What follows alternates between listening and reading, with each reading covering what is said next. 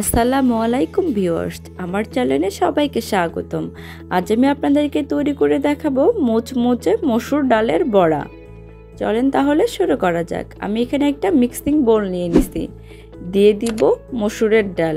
আমি এই মসুরের ডালটা আগে থেকে বেটে নিয়ে নিছি, আপনারা চাইলে খেসারির ডালও দিয়ে দিতে পারেন। এখন আমি দিয়ে দেব পেঁয়াজ কুচি। আমি এখানে পেঁয়াজের পরিমাণটা একটু বেশি দিয়ে দিব।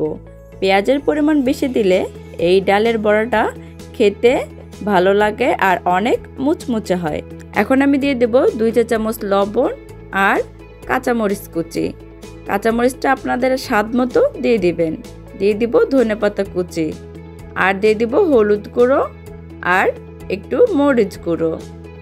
এখন দিয়ে দিব 1 চা চামচ জিরা বাটা, 1 চা চামচ রসুন বাটা আর দিয়ে দেব 1 চা চামচ আদা বাটা। এগুলো এখন আমি ভালো করে মেখে নিয়ে নেব।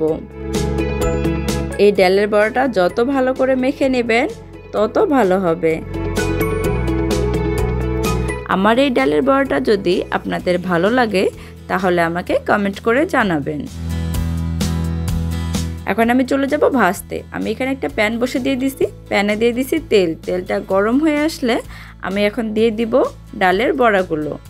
আমি এখানে বড়াগুলো একটা একটা করে দিয়ে দিব। আমি তেলটাকে ভালোভাবে গরম করে নিয়ে নিছি। তেলটাকে বেশি গরম করা যাবে না, তা না হলে ডালের বড়াগুলো উপর থেকে পুড়ে যাবে, ভিতর থেকে হতে চাইবে না। আমি 30 সেকেন্ডের মতো ভেজে নিয়ে আর এক পাশে উল্টে দিয়ে দিচ্ছি।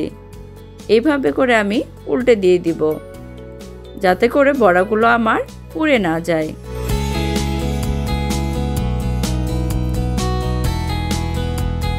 আমি আর এক পাশে উল্টে দিয়ে দিব। আমার বড়াটা অনেকটা ফুলে উঠেছে। এইভাবে বড়া তৈরি করে নিলে খেতে খুবই ভালো লাগে আর খুব সহজেই এই বড়াটা তৈরি করা যায়। আপনারা এই বড়াটা ঝটপট তৈরি করে নিতে পারবেন। আমার বড়াটা বাদামি কালার হয়ে আসছে। এখন আমি বড়াগুলো উঠে নিয়ে নিব।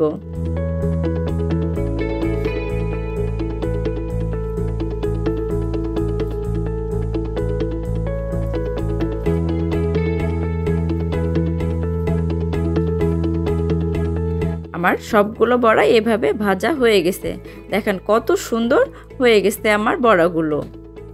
আমি একটা ভেঙে আপনাদের দেখাচ্ছি যে আমার ভিতর থেকেও বড়াটা হয়ে গেছে। এই দেখেন অনেক সুন্দর হয়ে আসছে আমার বড়াটা। আজ এই পর্যন্তই। সবাই ভালো থাকবেন। আল্লাহ হাফেজ।